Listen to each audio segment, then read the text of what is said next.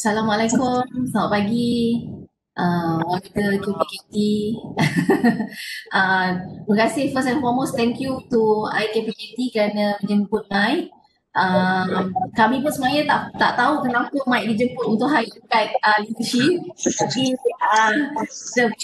kita cuba sebab sama-sama kita nak bantu negara kita kan. And I think leadership ni pun adalah satu apa tu area yang kita semua pun perlu tahu, semua perlu maklum lah, ya. Saya nak share some slides ya sebelum kita mula. Encik Mazlan dan Firdaus pada kami adalah high impact leadership ya, ataupun kalau dalam bahasa Melayu kepimpinan yang berkesan lah. How we want to interpret kepimpinan yang berkesan ni kita akan discuss dan kupas lagi dalam perbincangan kita lepas ni. Just a background about me, nama saya Ida Semurni Abdullah ya. Saya merupakan Naib Presiden di MITE, Malaysian Industry Government Group for High Technology, sebuah agensi yang sekarang ni berada di bawah purview MOSTI, dan skop kerja kami adalah untuk promote dan juga memperkasakan industri teknologi tinggi negara. And then saya rasa juga tim kami di MITE juga bekerja sama erat juga dengan KPKT, especially dalam area smart city and sustainable city ya. Saya bukanlah orang yang banyak sangat pengalaman tentang kepimpinan atau leadership. Baru saja 16 tahun dalam bidang kerjaya saya. Kini saya ditempatkan di pejabat Presiden dan juga Ketua Pegawai Eksekutif MITE. Dan saya leading 19 bulan lah dalam division saya. Dan seperti yang saya katakan tadi, saya punya experience semua kepada program management. Saya merupakan country director untuk Newton Ungku Umar Fund, iaitu the largest bilateral SDI program between Malaysia dan United Kingdom. Kita ada 40 juta ringgit Malaysia setahun untuk diguna pakai di antara Malaysia dan juga United Kingdom dalam bidang SDI. Okey, sebab kita buat sharing ni dalam suasana baru, norma baru, iaitu menggunakan WebEx. And then saya rasa kalau saya seorang saja yang sentiasa bercakap, tiada interaksi pun taklah begitu menarik. Jadinya kalau ada sesiapa dari participants yang ingin memperkenalkan diri ataupun bagi ucapan satu dua kata sebelum kita mulakan pun boleh. Anyone?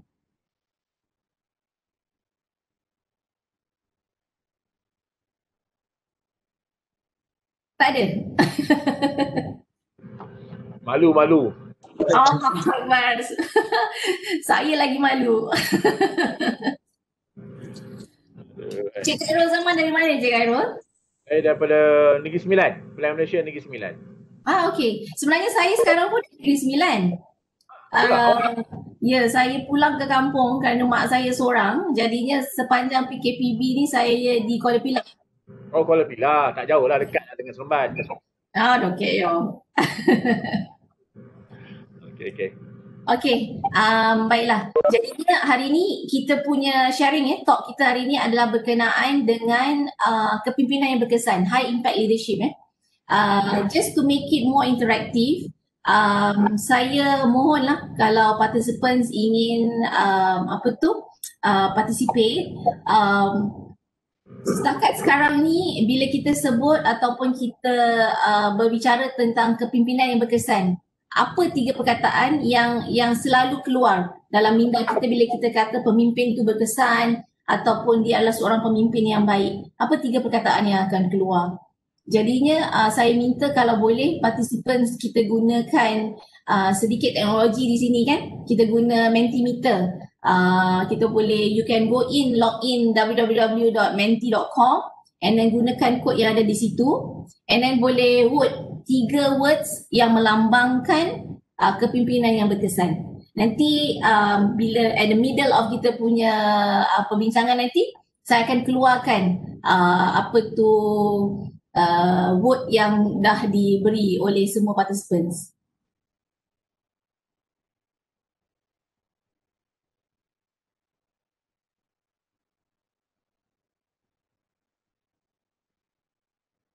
Okay,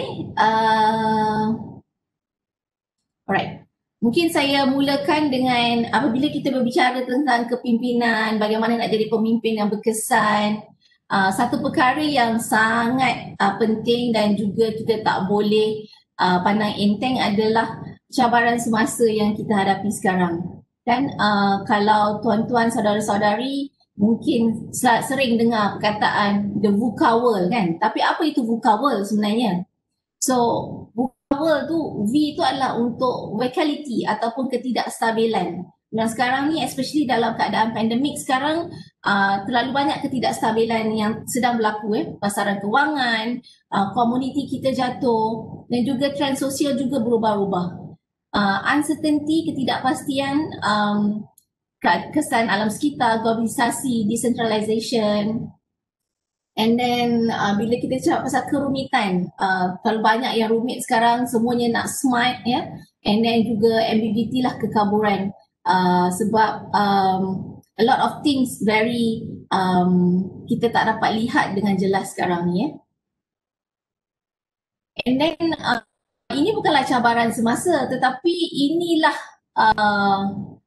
apa yang berlaku sekarang ini. Ya, teknologi adalah sangat penting. Dan sekarang ni I think seluruh dunia, even negara kita bercakap pasal the fourth industrial revolution. Apa itu fourth industrial revolution? Where kita gabungkan the convergence atau oleh semua teknologi menjadi satu. Itu adalah fourth industrial revolution. Dan saya rasa semua kementerian, semua agensi, tak kecuali KPKT juga akan merasa perubahan dan juga perbezaan apabila the fourth industrial revolution ni telah masuk dalam agenda kerja kita kan. Mungkin tuan-tuan puan-puan juga boleh interact dengan saya dan bagi saya maklum balas lah di KPKT, bagaimana KPKT melihat fourth industrial revolution ini betul mengubah gaya hidup kita, mengubah gaya kerja kita, hence juga mengubah gaya kita memimpin agensi dan organisasi kita. And then kerana saudara-saudari semua adalah warga KPKT ya, mungkin ini juga adalah cabaran untuk saudara-saudari, iaitu manage urbanization, tak termasuk the housing cost ya. Semua orang sekarang ni, kebanyakan kita duduk di bandar, 75% of Malaysian sekarang ni di bandar.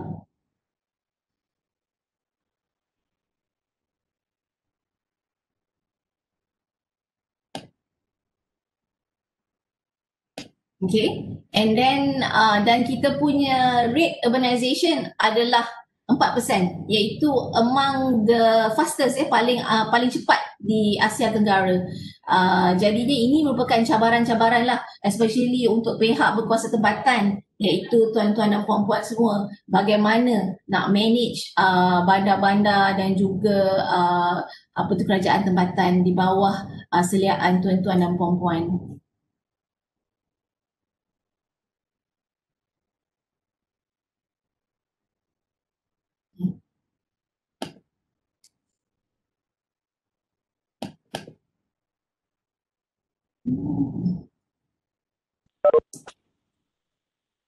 Okay.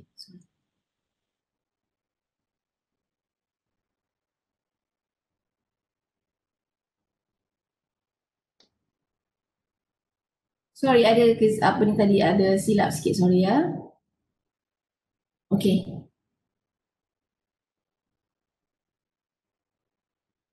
Kenapa sampai ke sini? Inilah cabaran kita pakai internet untuk this kind of talk. Okay, tadi kita kata pasal the rate of urbanization, and then also city sekarang ni everyone is talking about smart city, sustainable city, bandar lestari, bandar pintar, and then KPKT lah mempunyai tugas yang amat berat untuk memastikan bandar-bandar dalam Malaysia ni dikategorikan sebagai bandar pintar, bandar lestari. Kami ada juga bekerjasama dengan Melaka. Saya tak tahu ada ke siapa dari Melaka di sini. Kerana Melaka kini ingin menjadi bandar pintar, menjadikan negeri mereka negeri pintar. Mereka tengah work on that lah, sebagai sebuah negeri. So untuk sebagai cabaran semasa pihak berkuasa tempatan tuan-tuan dan puan, mungkin you look at kategori kewangan, teknologi, infrastruktur, polisi, kawal selia dan tenaga kerja. Semua ini perlu difahami, semua ini perlu diperbaiki. I think this is a very general punya cabaran lah. Bukan saja untuk KPKT tapi juga untuk mana-mana agensi ataupun kementerian. Jadinya kecemerlangan sesebuah organisasi itu dia melibatkan banyak faktor. Membina persekitaran kerja yang efektif, memupuk kecekapan pengurusan. Sekarang ni untuk jadi cemerlang, untuk jadi the first sebagai pemula kepada something, kita perlu menggunakan teknologi, perlu ada semangat kerja bersama-sama, and also to make sure kita deliver lah apa yang kita patut sampaikan. And then kita di MIC, kita ada this sebagai sebuah agensi think tank kerajaan, kita juga lihatlah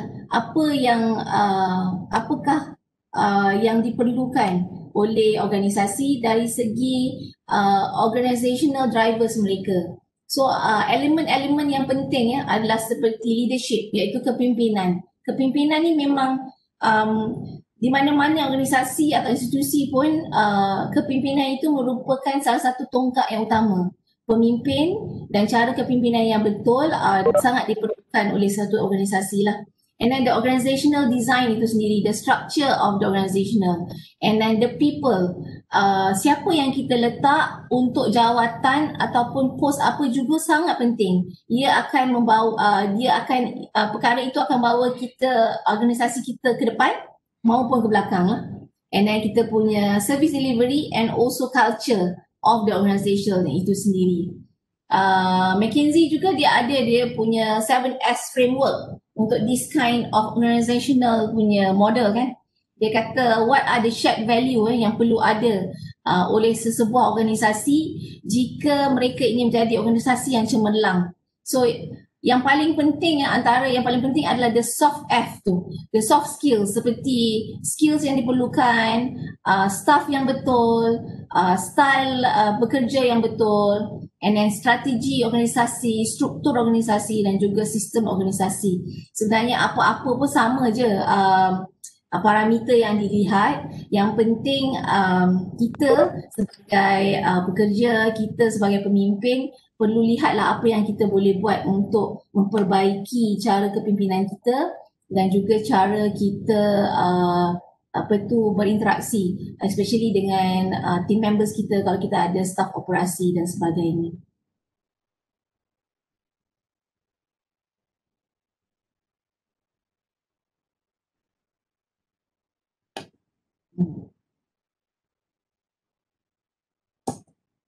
Okay. So yang ini secara rumusannya di peringkat institusi, bila kita sebut pasal kepimpinan, apa yang kita perlukan pemimpin yang committed dan berdedikasi. Itu semua orang tahu saya rasa. And then juga semangat setiakawan di antara barisan pengurusan dan juga operasi. Dan saya rasa yang juga penting dalam usaha kita mencapai high impact leadership atau kepimpinan yang berkesan ini adalah keupayaan kita untuk foresight, keupayaan kita untuk melihat ke hadapan. Visionary itu adalah sangat penting untuk setiap pemimpin. And then dan juga saya rasa bila saya lihat list yang hadir pada hari ini, kita nak kata bila kita kata high impact leadership ini, bukan hanya tertakluk kepada pengarah jabatan ataupun ketua bahagian atau section. Sebenarnya setiap seorang daripada kita juga adalah pemimpin. Sebabnya kita punya tugas sendiri, dan bila kita committed, kita sangat beretika melakukan tugas kita itu, kita sangat profesional dalam menjalankan tugas kita juga telah menunjukkan kita punya sifat kepimpinan yang jitu dan baik. Kan? Sebagai contoh, kalau kita ni seorang setiausaha for example, ataupun seorang PA, mungkin ruang lingkup tugas kita tu dari segi surat menyurat dan perkara begitu. Jadi apa yang kita buat adalah kita perlu proaktif, sangat proaktif, memastikan kerja-kerja itu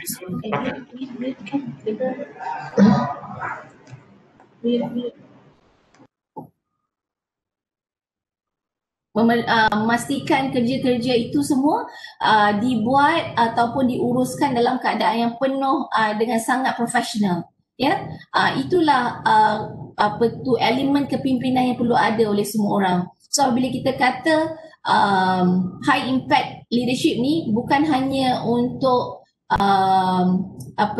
staff-staff ataupun bosses yang peringkat tinggi. Dan saya pun sebenarnya bila IKPKT bagi tahu saya rasa the high impact leadership ni saya nak tumpukan kepada more to operasi punya staff operation, kerana mereka juga perlu tahu yang mereka juga seorang pemimpin. Sebab setiap seorang daripada kita ni adalah pemimpin, sama ada kita memimpin organisasi, memimpin kita punya section ataupun bahagian, Waima memimpin kita punya family sendirilah, ya. And then untuk menjadi sebuah organisasi yang cemerlang, selain daripada kepimpinan itu, saya rasa infrastruktur juga sangat penting. Ya, sekarang ni pemimpin perlu menggunakan teknologi tinggi untuk meningkatkan produktiviti, kerana ia membantu kepada kepimpinan yang berkesan tersebutlah. Kita di MIC juga kita selalu promote penggunaan teknologi, and then even negara kita sekarang selalu sebut pasal the fourth industrial revolution, bagaimana kita perlu guna pakai all this new technology and advancement in order untuk menjadi bertambah produktif, ya, meningkatkan produktiviti negara dan seterusnya supaya ekonomi negara kita bertambah baiklah. And juga tenaga kerja yang profesional, tenaga kerja yang sesuai dalam organisasi seperti saya sebut tadi. Peletakan setiap staff itu untuk pekerjaan yang telah ditentukan perlu make sure bahawa ia sesuai dengan peribadi mereka, cara mereka berfikir dan juga tindak tanduk mereka lah, dan juga keupayaan, kebolehan dan kepakaran mereka.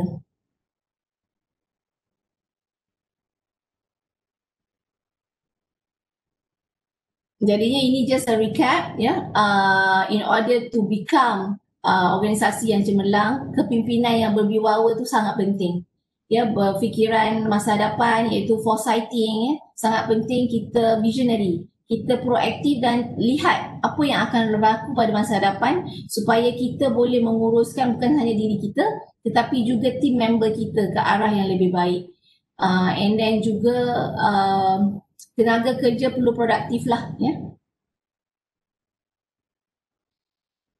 So saya rasa satu trait yang sangat penting untuk seorang pemimpin adalah empowerment itu. Maksudnya at one point seorang pemimpin tu kita tak boleh lagi micromanage. Kita perlu memberi kepercayaan kepada team member kita untuk melakukan tugas mereka mengikut prosedur, dan juga kita perlu percayalah bahawa team member kita juga boleh menyelesaikan tugas mereka dengan baik tanpa kita micromanaging, because I think macam there's a wording lah, kata no man will make a great leader who wants to do it all by himself, kan. Sebabnya kalau kita buat semua by ourselves, so kita memimpin siapa? So kalau kita seorang pemimpin, maksudnya kita ada team member, kita ada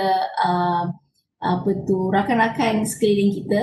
So perlu percayalah, kita perlu empower mereka agar mereka boleh melakukan tugas mereka juga dengan baik. Dan yang penting sebenarnya bila kita empower kita punya team member ini adalah they have the sense of belonging, perasaan bahawa mereka juga penting dan mereka juga boleh membuat keputusan mengikut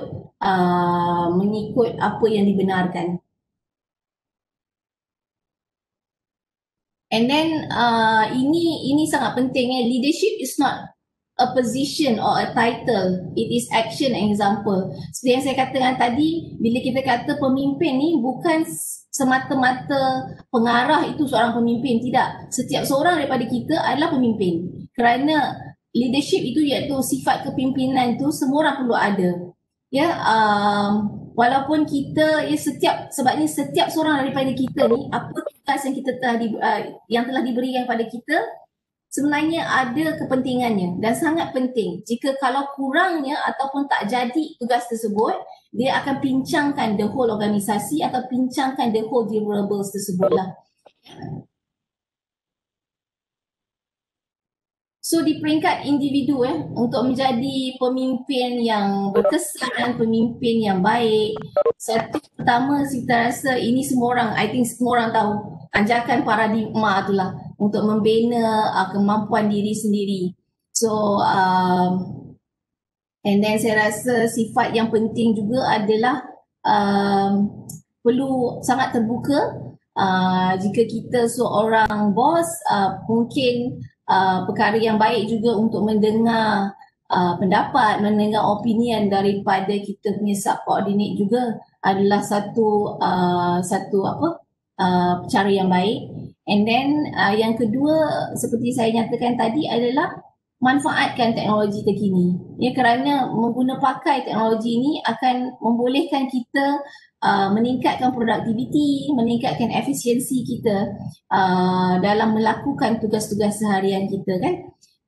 And then saya rasa sebab sekarang ni bila kita pakai teknologi, dia macam sekarang pun bila COVID ni, I think most of us dalam PKPB kita tak berada di office. Mungkin ada sebahagian dalam yang staff operasi mungkin kena pergi ke office lah kerana you all kena tengok memantau bandar, infrastructure and everything. Tapi ada juga staff yang bekerja dari rumah. Jadi penggunaan teknologi itu akan membolehkan kita masih berhubung dan mengetahui apa yang dibuat oleh semua ahli kumpulan kita.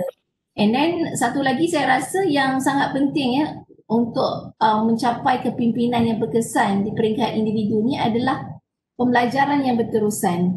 Jadinya bila kita kata pembelajaran yang berterusan ni bukan setakat talk atau kursus yang diadakan ataupun diorganize oleh kementerian macam IKPKT ini, tapi sebenarnya terlalu banyak kita boleh belajar dekat social media, dalam internet. A lot of things that we can learn to become a better person. Because once become a better person, kita juga akan menjadi pemimpin yang lebih baik untuk diri kita sendiri. And once kita dah jadi pemimpin yang baik untuk diri sendiri, of course insyaAllah kita boleh juga memimpin ahli kumpulan kita dan juga organisasi kita lah secara as a whole. And then untuk sebagai seorang pemimpin yang berwibawa, pemimpin yang berkesan, antara asas utama yang paling penting adalah integriti. Apa-apa pun yang kita buat, kita perlu integriti. That's why kalau kita ini seorang setiausaha for example kan, apakah kita perlu menjadi seorang setiausaha yang berintegriti. Jika surat itu adalah surat sulit, jadi kita juga perlu simpan kesulitan surat itu dan make sure ia dijaga, disimpan dengan baik, disusun dengan baik dan juga seterusnya lah agar integriti itu intact. And then berkebolehan kita menggunakan segala apa bakat yang kita ada untuk menjadi lebih baik, menjadi lebih cemerlang kan, sebab setiap satu daripada kita ni, seorang daripada kita ni, kita punya a lot of bakat actually. And then kita perlu kupas dan kita perlu lihat benda tu. Sebab itu kalau pemimpin yang baik adalah sangat digalakkan untuk kita empower kita punya team members supaya kita boleh lihat mungkin sebenarnya dalam team member kita tu sendiri ada banyak pemimpin yang tak dapat keluar sebab mereka bukannya ketua bahagian ataupun ketua dalam organisasi, tapi mereka sebenarnya berkebolehan dalam memimpin sesuatu. Jadi mungkin bila kita nampak kita punya team member tu berkebolehan untuk memimpin, mungkin ada projek yang kita boleh bagi mereka jadi lead, menjadi leader, and then kita empower mereka. Kerana with that, seperti saya nyatakan tadi, you give them the sense of belonging. Mereka rasa mereka dihormati dan mereka rasa mereka boleh membantu organisasi untuk menjadi lebih cemerlang. Ya. And then satu lagi yang juga penting adalah proaktif. Ya. Setiap seorang daripada kita nak jadi pemimpin yang baik, nak jadi pekerja yang cemerlang, perlu proaktif.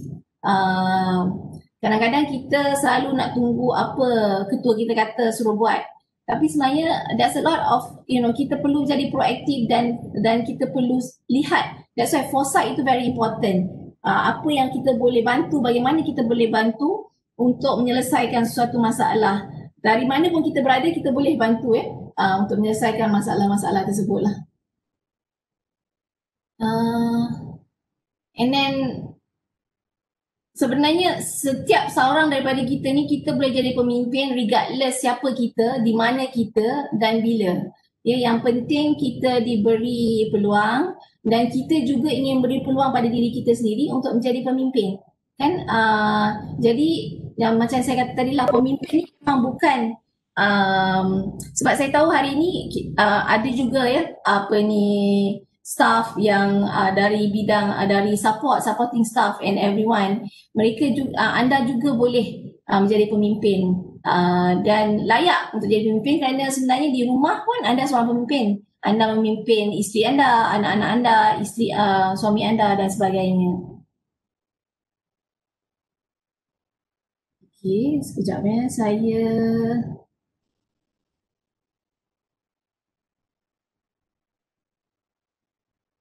saya nak lihat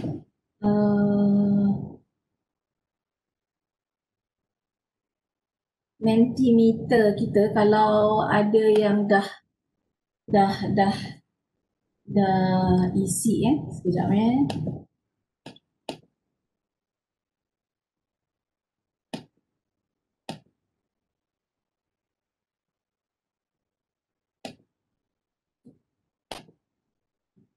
sekejap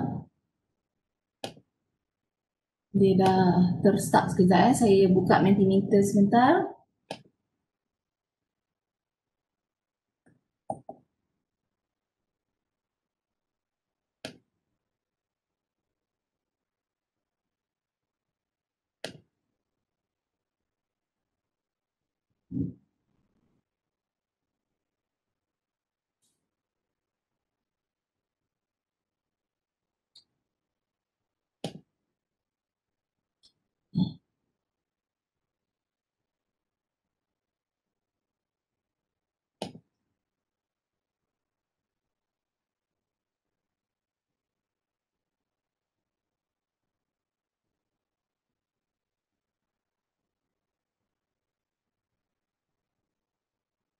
Tak ada lagi yang masuk Mentimeter.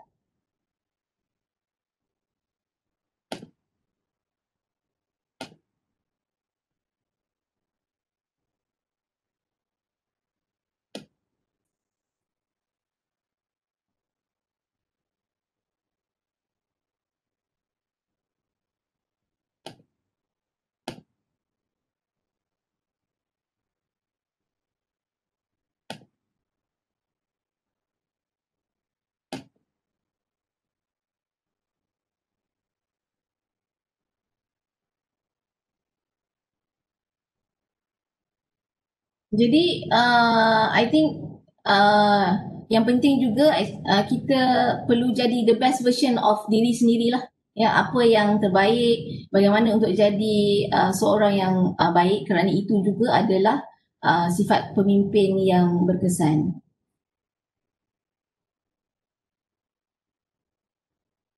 Uh, Sebabnya saya tak dapat any feedback dari Mentimeter.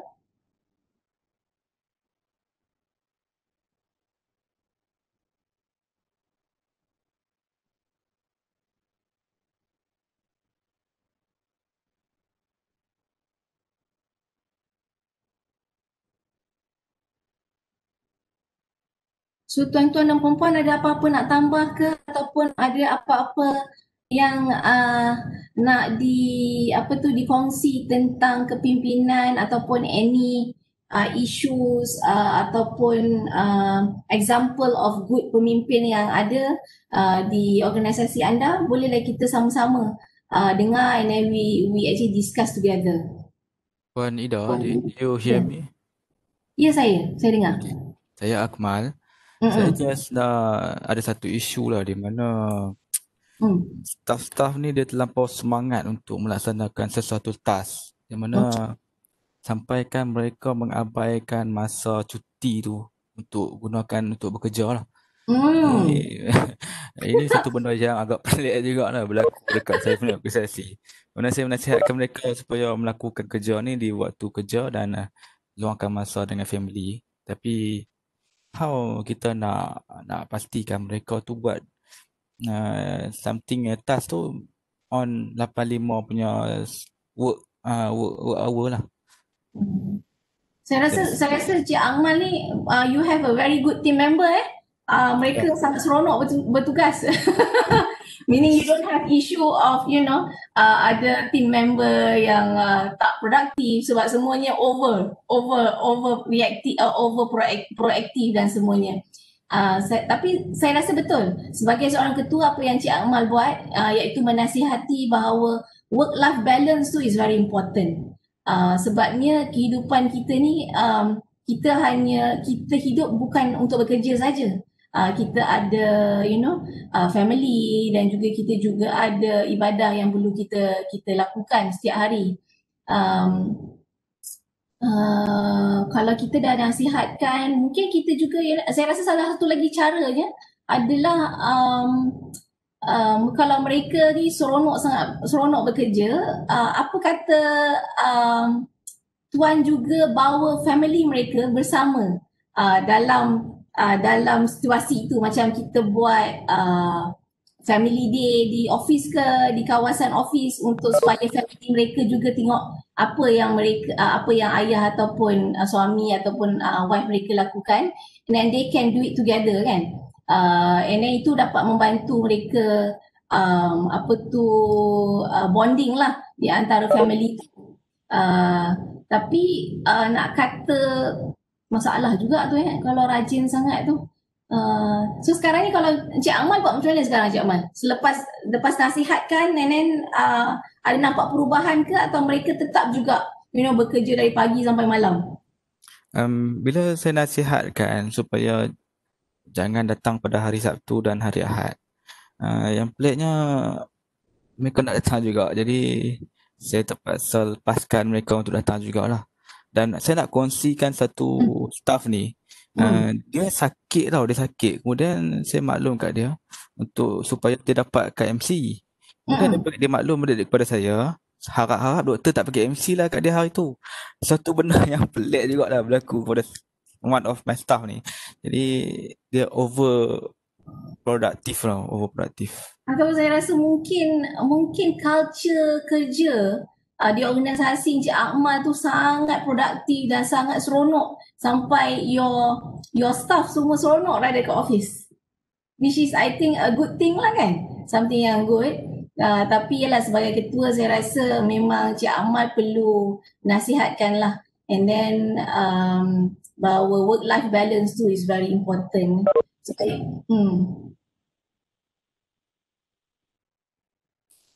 Just saya risaukan bila terlalu menumpukan kerja. The thing is with their family is also the important because they will work for their life Betul. Yes, yes. Betul. Ke ataupun Cik Amal pun seorang yang sangat rajin bekerja. Jadinya your team member pun ikut turut serta.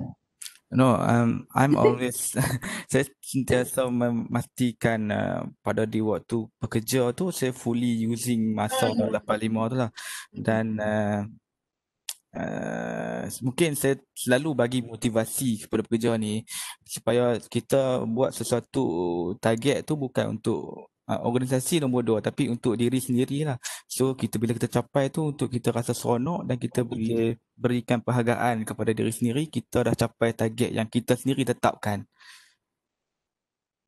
Saya rasa itu adalah satu satu contoh yang sangat baik lah kan. I think that's why I think your staff, your team members juga seronok bekerja because dapat seorang pemimpin yang yang ini I think you are one of pemimpin yang berkesan lah kerana because the aura yang you bawa tu telah motivate you punya staff, tapi kadang-kadang tu bila motivation tu terlalu tinggi pula kita risau the work life balance mereka tu juga tak dapat work life balance tu lah.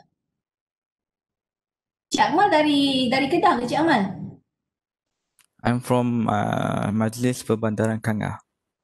Oh, dari Kangah, dari Perlis. Yes. Saya dulu di Syed Putra. Ya, sekolah Syed Putra. Sekolah saya Syed Putra. Alright. Tapi saya rasa untuk Cik Akmal, saya rasa your concern ataupun you punya masalah tu satu masalah yang baik lah. Maksudnya it's not about productivity kerja, tapi kita nak make sure yang staff kita juga ada work-life balance. I think kita kena continue nasihatkan dan mungkin at one point you can use your power jugalah to say don't come to work, kan? Yes. Tapi bila di organisasi ni kita boleh nampak lah ada staff yang bagi over than 100%, ada staff yang dia ada juga lah 50%.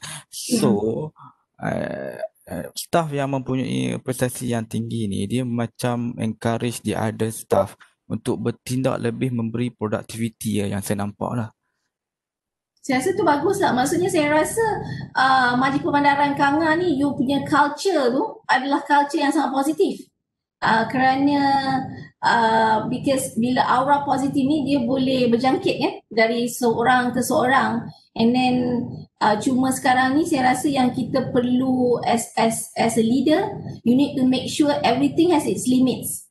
Supaya tak go over boundary kan. Kita kena ingatkan mereka bahawa kehidupan ni bukan hanya untuk bekerja saja. There's a lot of other things that they can do and they should do supaya mereka pun, kita tak nak mereka menyesal nanti di kemudian hari that sepanjang masa muda mereka they actually habiskan dengan bekerja 7 days a week kan, dan tak ada hari-hari untuk keluarga. Itu kita kena nasihatkan mereka lah, Cik Akmal.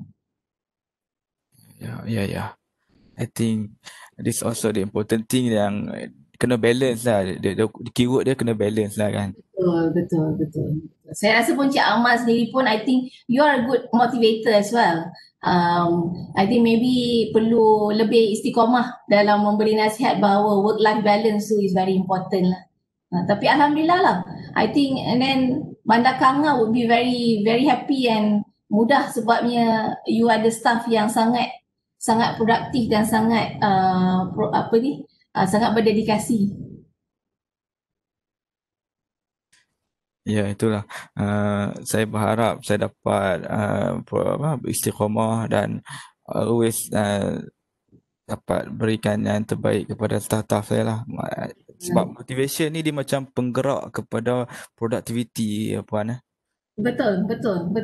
Because and I think yang macam saya tunjukkan tadi kan, one of the element yang penting dalam organisasi kecemalangan organisasi tu adalah culture tu. Culture organisasi itu sendiri. So apabila pemimpin tu dia dah mold the culture to become a very positive and productive culture, you actually the whole team akan juga ada that culture, which is very good.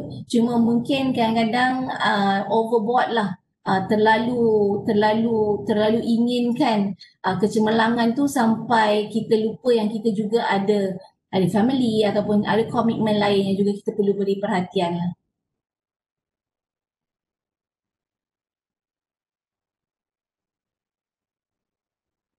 Terima kasih Cik Amal kerana berkongsi dengan kita. Ya, sama-sama.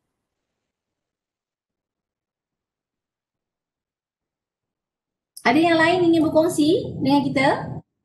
Sebab saya rasa sebenarnya untuk buat kursus high impact leadership ni sebenarnya mungkin yang saya ingin anjurkan kepada IKPKT adalah kalau you want to have a very good high impact leadership training, kita perlu panggil konsultan yang betul. And then what we can do is actually yang macam yang kami di MIT kita pernah panggil satu consultant untuk buat leadership program lah, leadership training for kita punya staff, di mana kita ada buat test. Apakah trait yang paling menonjol dalam setiap staff di MIT? Ya, 5 trait yang paling menonjol, and then kita lihat setiap trait itu yang 5 trait menonjol tu, dan kita cuba kupas supaya the staff tu boleh actually become better. I think maybe Firdaus atau Encik Mazlan can look into this lah jika you nakkan the list of consultant on leadership training ni, kami juga boleh bantu bersama untuk share some of kita punya leadership training consultants yang kita rasa sesuai yang boleh digunakan.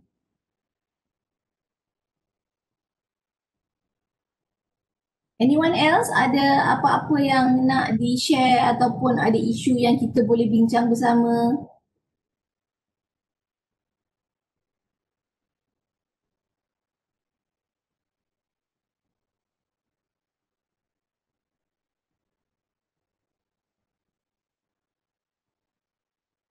Dan saya rasa satu yang paling penting bila kita jadi pemimpin ni, selain daripada jadi berwibawa, menjadi segala elemen yang telah saya nyatakan tadi, satu perkara yang juga tidak kurang pentingnya adalah saya rasa seorang leaders ni perlu mudah didekati.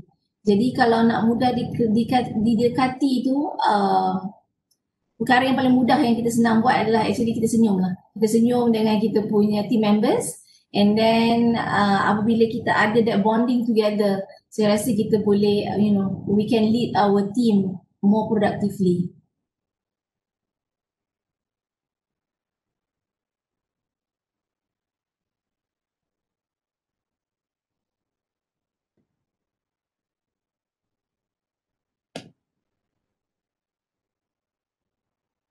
Ada siapa lagi?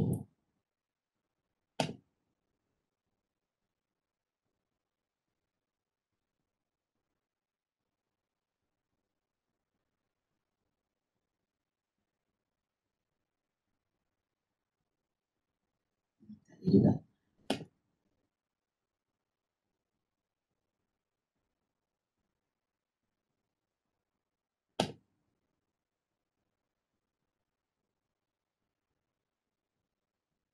Cik Firdaus? Ya, saya buat. Sebabnya I think dari segi talk tu dah selesai. Cuma kita tadi macam yang saya buat dengan Cik Iqmal tadi lah kan. Kalau ada participants yang ada any issues ataupun apa-apa yang mereka ingin share supaya kita boleh be interaktif kan. Dalam talk ni. Jadi tapi kalau tiada, I think kita boleh stop lah kalau tak ada any response from the participants. Tapi kalau ada yang nak nak bertanya boleh chat ataupun boleh lah. Boleh, ya betul.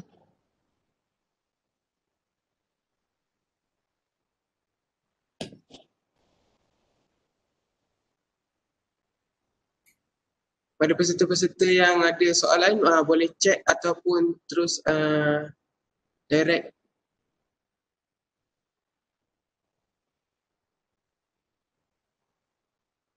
I mean bukan saja soalan lah kan, kalau you want to share what is happening in your organisasi with the rest, and then kita boleh sama-sama bincang kan bagaimana untuk jadi lebih baik. Puan, boleh lagi saya nak tanya soalan. Boleh Cik Amal. Dalam pemimpin ni dia IQ dan juga EQ, emotional intelligence tu penting juga. Betul. Tapi biasalah manusia ni kadang-kadang yang bernama insan ni ada hari-hari dia yang emosi dia kadang-kadang terganggu. Kemudian bila emosi emosional ni dia ada gangguan. Jadi berkenaan dengan bila nak membuat keputusan tu, adakah dia perlu cakap ada satu atau teknik atau untuk overcome ataupun control emosional ni? Sebab kita kurang pengetahuan berkenaan dengan emotional intelligence ni. Jawapan. I think manusia kan Cik Akmal kan, kadang-kadang ada timing kita, hari-hari kita yang orang kata the rainy days lah kan. Tapi saya rasa sebagai seorang ketua kan Cik Akmal, yang paling penting adalah sikap profesional Cik Akmal itulah. Yeah. And then kita tak bolehlah lihat kesilapan seorang team member kita itu dan kita lihat kesilapan tu je dan tak lihat apa yang baik yang kita telah lakukan sebelum ini kan. And then that's why I think it's very important to actually follow the procedures dalam melakukan ataupun membuat sebarang keputusan. That's why dalam kerajaan kita ada a lot of procedures yang kita perlu ikuti kan dalam melakukan setiap keputusan tu, supaya sebenarnya procedures tu dibuat supaya sebenarnya kita tidak menggunakan emosi sebagai the main thing dalam membuat keputusan ya. So I think that's what I want to advise you lah Cik Akmal. Kalau hari-hari yang ada masalah tu, make sure that setiap keputusan yang Cik Akmal nak buat tu adalah mengikut garis panduan yang telah ditetapkan oleh organisasi kan. Supaya kita tak buat keputusan tu melulu kerana hanya mengikut emosi kita lah.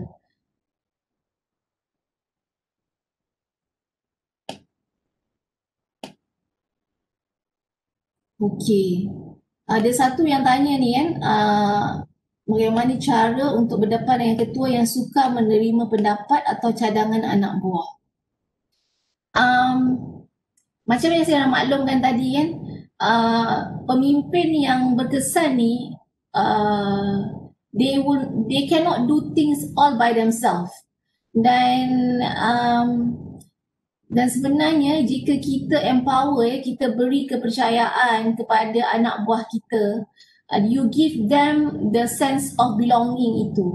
Jadi bila mereka ada the sense of belonging, mereka akan rasa mereka juga equally important dalam membuat keputusan. Dan mereka akan jadi lebih produktif dan lebih proaktif lah untuk bantu kita mencapai apa yang perlu kita deliver kan. And bagaimana nak berhadapan dengan bos sebegini kan. I think mungkin cara yang terbaik Puan Wahidah tadi, maybe kita pun kena be very orang kata diplomatic, juga menganggap ketua kita itu sebagai seorang kawan juga. And then sebab kadang-kadang tu bila kita berhadapan dengan ketua ni, bila dalam ruang lingkup bekerja kan, bos kita dia akan anggap mereka adalah bos ya. Mereka adalah ketua, and then kita perlu mengikut apa yang mereka telah cadangkan.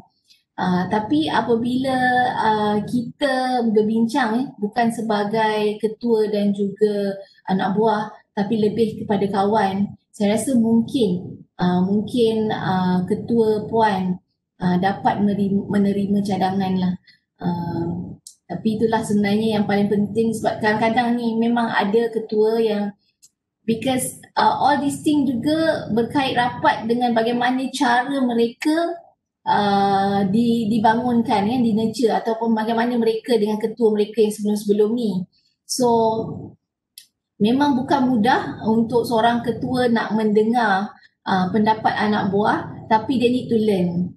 Dan sebagai anak buah mungkin ada cara bagaimana kita nak berdepan dengan ketua macam ni. Jika kita dah cakap dengan cara yang baik pun tak boleh nak diterima, mungkin kita boleh gunakan teknologi pun, ya. Email dengan email kepada ketua ini dan kita kopikan kepada ketua yang lebih tinggi, ya, supaya mereka tahu bahawa kita ada cadangan. Sama ada cadangan kita tu diterima atau tidak diterima, itu adalah di bawah responsibility mereka lah. Tapi yang penting kita telah menyampaikan kita punya pendapat atau cadangan tersebut. Mungkin kita boleh gunakan teknologi lah puan, mungkin email ataupun surat rasmi, tak perlulah surat rasmi, tapi I think email is the most important, is the best way sekarang. Ataupun sekarang ni pun ada, I think banyak division, bahagian semua, you have your own group WhatsApp kan, atau Telegram, and then di situ juga kita boleh actually boleh beri pendapat kita secara informal, dan hopefully it can be, it can be used dan juga diterima oleh ketua kita lah. And then tadi dia and then ada soalan tentang mengenai penempatan kaki tangan perlu berasaskan kekuatan dan kemahiran kaki tangan. Perkara ini agak sukar dilakukan bagi jabatan yang merupakan jabatan tertutup, tak boleh transfer. Okey, saya faham. Bukan semua, that is the most ideal situation lah kan. Kita letak individu yang ada trait yang betul, trait yang sesuai untuk menjalankan tugas A, B, C, ya. Tapi itu yang saya katakan, actually ada, setiap manusia ni kita ada banyak trait-trait yang kita tak nampak, yang tak dikeluarkan lagi. Jadi sebagai pemimpin atau sebagai ketua, penting untuk kita lihat elemen-elemen yang tak dikeluarkan lagi kan oleh pekerja kita ni, sebab mungkin sebenarnya mereka ada kemahiran itu atau kekuatan itu tapi belum keluar lagi. Dan sebagai ketua, what we can do is actually adalah untuk mungkin kita perlu hantarlah kita punya staff ni untuk mendapatkan kemahiran yang mereka perlukan, ya, training, mereka perlu diberi peluang dan diberi keutamaan untuk dihantar training lah, Encik, agar mereka dapat kemahiran tersebut. And then kedua, saya suka ambil balik apa yang Encik Akmal dari Kanga kata tadi, motivasi. Yang selalu bagi motivasi pada staff kita ni. At the end of the day, I think the aura will be very positive, and then mungkin mereka kurang mahir, tapi jika mereka teruskan belajar, and then mereka juga akan jadi seorang kaki tangan yang sesuai untuk kerja tersebut. Tapi kalau betul-betul tak boleh, I think you have to talk to your ketua jabatan and see lah how to deal with this situation. Puan, saya nak mohon pandangan berkenaan dengan tools yang saya guna ni untuk kepada staff-staff yang boleh kita katakan bermasalah lah. Apabila kita bagi task kepada dia, kemudian kita tengok dia dah mula buat, kita start puji. Kita puji, bagus lah macam ni. Saya nampak bila kita start puji tu, dia akan buat lagi terbaik, baik daripada yang dia buat sekarang, yang dia buat waktu tu lah.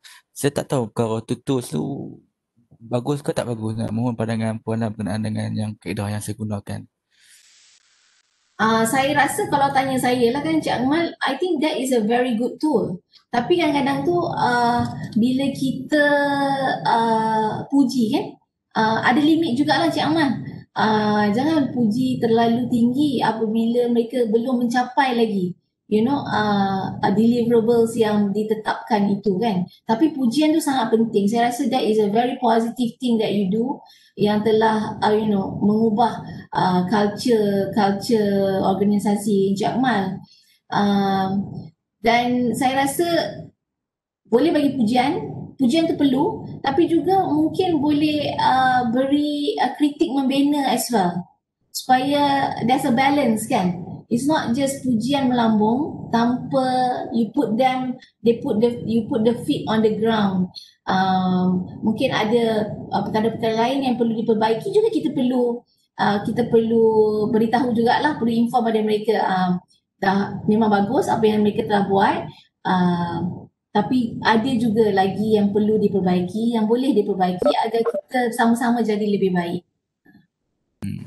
Maksudnya bila kita puji, kita sandwichkan dengan teguran dan kita tutup balik dengan pujian lah. Maksudnya bila kita cakap betul. jadi bagus, cakap tapi perlu macam ni. Lepas tu kita Betul. tutup dengan okay, dah bagus dah buat ni, tambah sikit lagi. Macam tu lah saya selalu amal. Betul. I think that's the best way lah. Cuma itulah, bila kita puji tu jangan puji kita tu tak boleh melambung sangat lah Encik Akmal. Nanti kalaulah ada kesilapan, kita pula macam you kata kan, kita akan emosi. Sebab dia kita dah anggap anak buah kita ni dah terbaik. And then sekali mereka buat silap, kita akan rasa, kita pula rasa down kan. Jadi that's why dalam setiap pujian tu juga kita perlu bagi kritik membina lah, supaya mereka jadi lebih baik kan. Ya, baik Puan.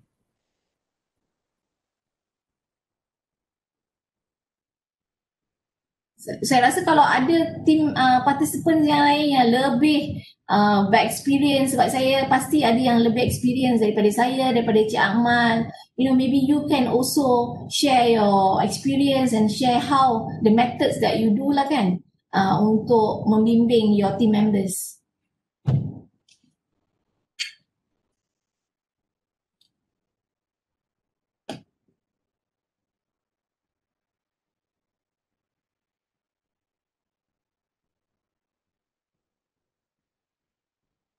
Puan Wahidah, kalau macam Puan Wahidah okey.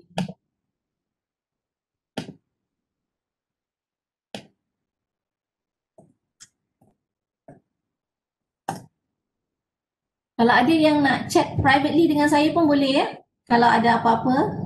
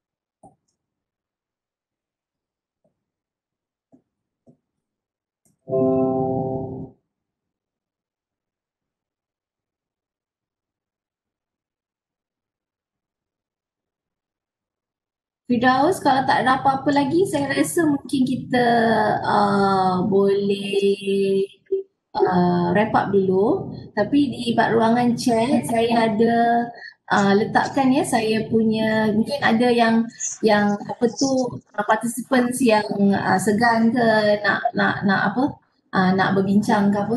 Jadi saya ada letakkan jugalah Saya punya nombor telefon kat situ. Kalau ada yang nak WhatsApp saya, kita boleh sama-sama mungkin kita boleh sama-sama lihat bagaimana nak manage ataupun mitigate the problem. Boleh. Ada satu soalan tu. Bagaimana cara terbaik untuk menangani staf bermasalah? Bagi kaedah telah dicuba, termasuk kaunseling dan sebagainya. Kadang-kadang ni manusia ni kan macam yang Cik Akmal kata tadi lah. Macam Cik Akmal ni dia yang Kanga tadi tu, dia sangat bernasib baik lah kan. Kerana staf-staf dia, masalah dia bukan staf dia bermasalah. Masalah dia adalah staf dia terlalu proaktif. Tapi itulah kadang-kadang ni even kami pun di organisasi saya, kita ada staf bermasalah. Kadang-kadang masalah mereka ni mungkin dibawa dari rumah ataupun dari luar, and then mereka bawa ke office, jadi mengganggu kerja, mengganggu deliverables apa yang patut mereka lakukan.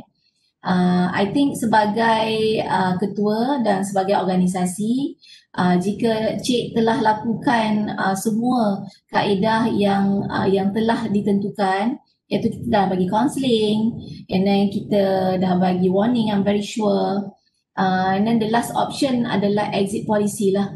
Tapi I think juga mungkin Encik Khairul Zaman juga boleh cari rakan-rakan yang yang rapat dengan pekerja ni, ya, supaya dan boleh nasihatkanlah, beri nasihat kepada pekerja ni sebelum your final option of that exit policy itulah kan.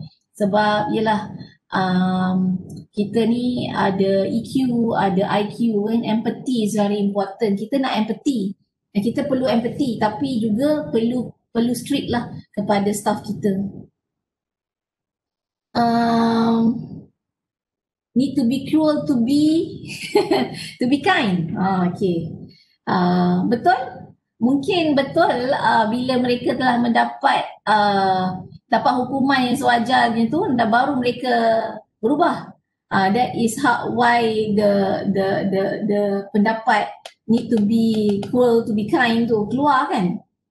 Tapi saya rasa Cik Khairul, jika dah buat semua, maksudnya you have done the counselling, dah cuba bercakap, dah mencari rakan yang sesuai untuk memberi nasihat, ketua memberi nasihat, and then all your warning letters and everything, jika tak dapat dielakkan, itu adalah something yang perlu dilakukan lah, Encik Khairul. Kerana bukan apa, staff yang bermasalah ini, jika kita biarkan terlalu lama, dia juga boleh menjadi toksik ataupun parasite kepada ahli kumpulan kita.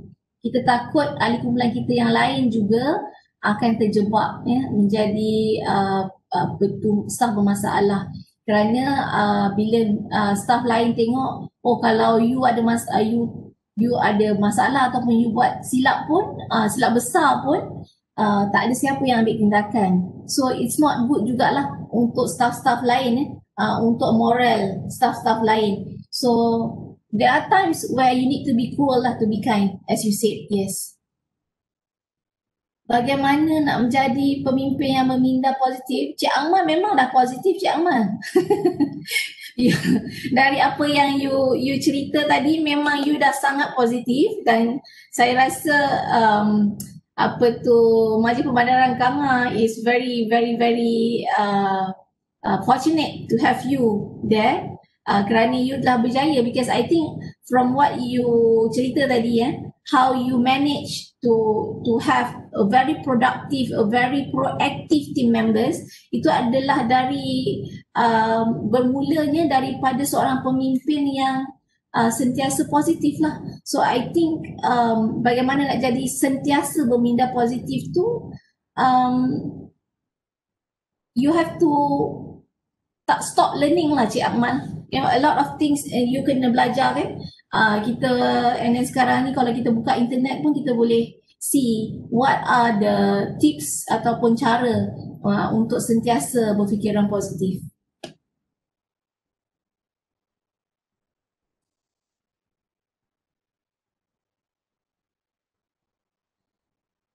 Okay, Cik Khairul Zaman. I think setelah kita buat segala apa yang kita dah cuba, sebagai kawan, sebagai ketua, dan juga mengikut prosedur dan apa yang HR dah tentukan, if that the last mile is the exit policy, and then you have to do it lah. Because yang macam saya kata tadi, yang penting kita tak nak moral staff kita yang lain terjejas because of seorang staff yang bermasalah. Betul.